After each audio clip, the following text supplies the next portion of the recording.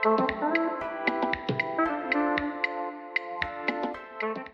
me présente, je suis Jimika et je suis titulaire d'un master en manager et développement des ressources humaines que j'ai d'ailleurs effectué au CESI il y a maintenant plusieurs années.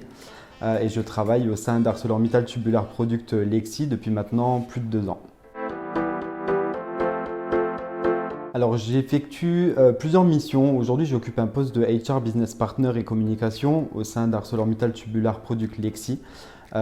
Sachant que cet établissement a plusieurs unités de production, donc une qui est basée à Lexi en Meurthe-et-Moselle, une autre à Vincey, donc le site sur lequel nous nous trouvons aujourd'hui, et un autre site qui est basé à Moselle, en Moselle à Rethel, près de Sierre-les-Bains. Et donc j'ai une panoplie de missions comme le recrutement, la formation, le développement des compétences des collaborateurs et j'assiste également la directrice des ressources humaines sur toute la partie relations sociales avec les partenaires sociaux, notamment dans la négociation d'accords collectifs. Alors ArcelorMittal est un groupe mondialement connu, donc leader dans le monde de la sidérurgie et de l'industrie minière. En Europe, il compte plus de 168 000 collaborateurs qui sont répartis à travers le monde entier. Et ce qu'il faut savoir, c'est qu'au sein d'ArcelorMittal, on va retrouver 3 grandes divisions. La première qui est ArcelorMittal Flat Product, donc les produits plats, ArcelorMittal Long Product, les produits longs, et ArcelorMittal Downstream Solutions. Dans chacune de ces divisions, on va retrouver plusieurs branches. Et la branche Tubular Product Europe compte à peu près une dizaine d'unités de production réparties dans plusieurs pays en Europe, comme la Pologne, la Roumanie, l'Allemagne ou encore la France.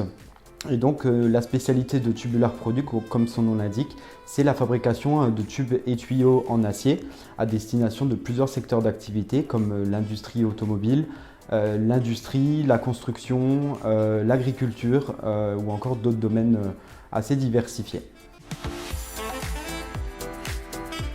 Alors le lien est assez particulier car comme je l'ai dit précédemment, moi-même ayant fait mes études au CESI il y a maintenant plusieurs années, lorsque je suis sorti de mes études, j'avais conservé de très bonnes relations avec le CESI et je connaissais les programmes de formation, notamment dans le domaine de l'ingénierie, de l'informatique ou encore des ressources humaines et de tout ce qui était lié à la QSE.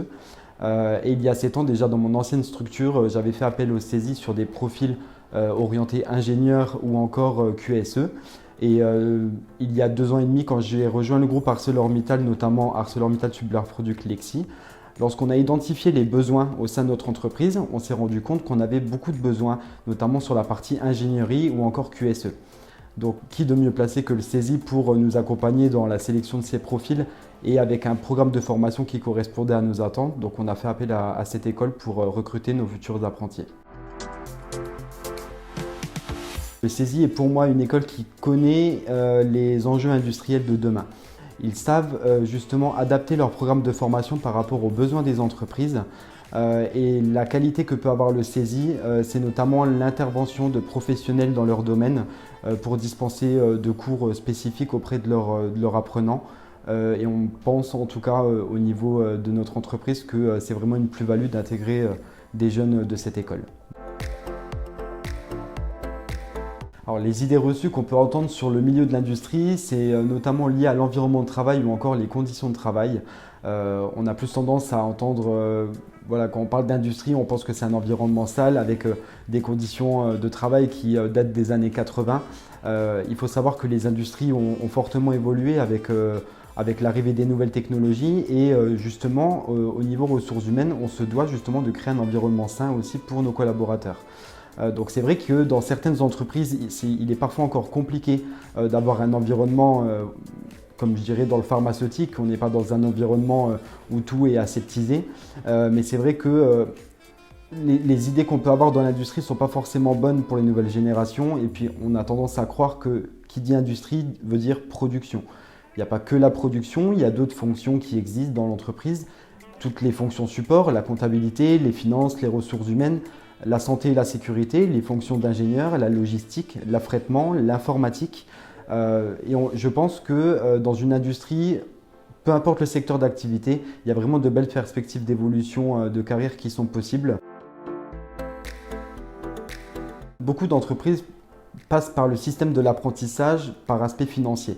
Pour ArcelorMittal, ce n'est pas notre objectif. On pense que l'apprentissage est vraiment un outil clé pour anticiper les futurs départs en retraite qu'on peut avoir au sein de nos effectifs et assurer une certaine transmission de savoir et de savoir-faire auprès de nos collaborateurs pour permettre justement à l'entreprise de conserver sa compétitivité et sa pérennité justement dans ce qu'elle est capable de fabriquer, les produits qu'elle est capable de vendre et justement le fait de recruter par le biais de l'apprentissage permet de manière temporaire de faire découvrir.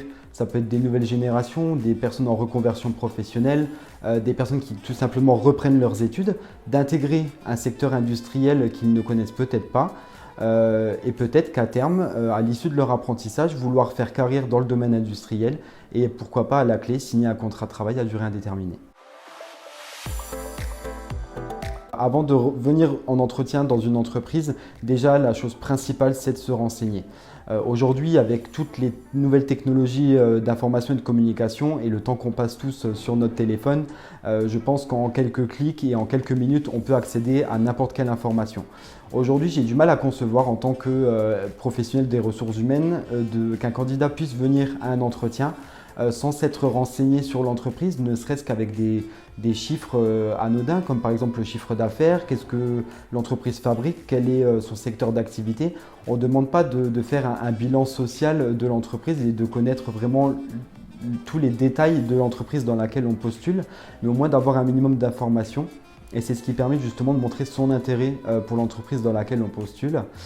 Et deuxième chose, mais après voilà, ça va varier en fonction des avis des professionnels RH, je dirais aux candidats qu'il faut être soi-même en entretien. Pour moi, il ne faut pas s'inventer ou se créer une personnalité.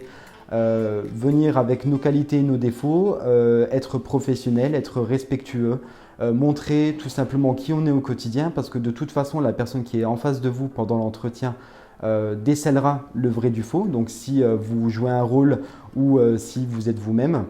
Et puis de toute façon, le but du jeu, c'est de pouvoir avoir un échange avec le recruteur et tout simplement de voir si une relation de travail est possible. Et si pendant cet entretien, vous vous entendez bien avec le recruteur et que vous arrivez à vous projeter dans l'entreprise en étant honnête avec vous et en adéquation avec vos valeurs au quotidien, dans ce cas, vous pourrez avoir une belle carrière au sein de l'entreprise.